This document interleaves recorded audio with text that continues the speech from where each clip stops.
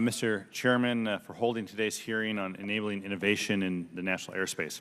This morning, we're here to discuss the integration of new users, aerospace technologies, and business operations into the U.S. airspace. From modifying how business is conducted to creating new and previously unthinkable technologies that are changing how the airspace is used, innovation in aviation is pressing forward at a pretty rapid rate. Chairman Lobiano and I have ensured that topics we will explore today, such as unmanned aircraft and commercial space transportation, have been a focus of this subcommittee's oversight work in recent years. I look forward to hearing our witnesses' perspectives on how this panel can address these and other innovation-related topics in a long-term and comprehensive FAA reauthorization bill this year.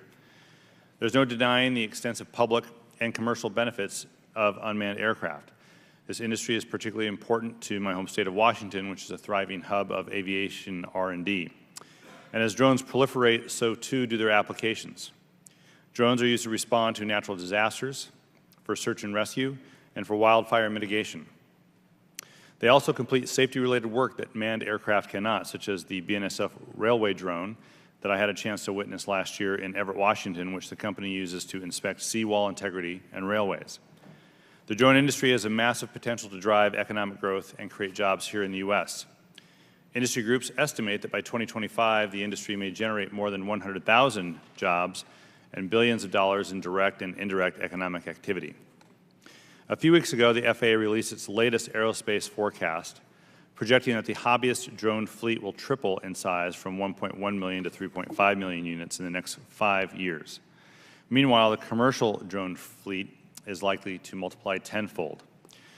Now, while the number of drones in U.S. airspace grows, it's critical that both commercial and recreational users operate these aircraft safely. Each month, the FAA receives more than 100 reports of drone sightings, and the risks of collisions with manned aircraft, incursions with critical infrastructure, and mishaps over populated areas remain serious concerns.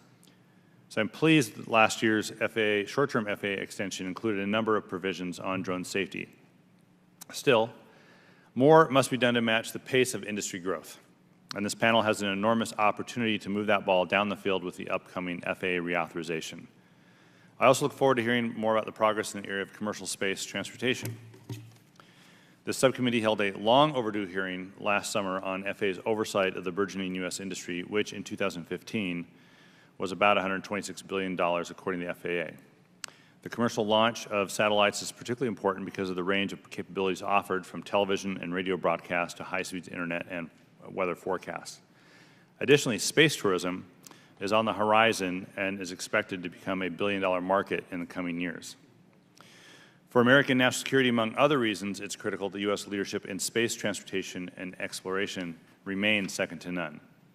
Now, if the pace of commercial space transportation and tourism increases as forecasted, the FAA will need adequate resources to oversee safe integration of these new technologies into the national airspace. So in closing, I hope to hear today about what Congress and the FAA can do to foster innovation in the use of the national airspace and to support the good ideas while ensuring the U.S. airspace remains the safest and most efficient in the world. So with that, Mr. Chairman, I yield back.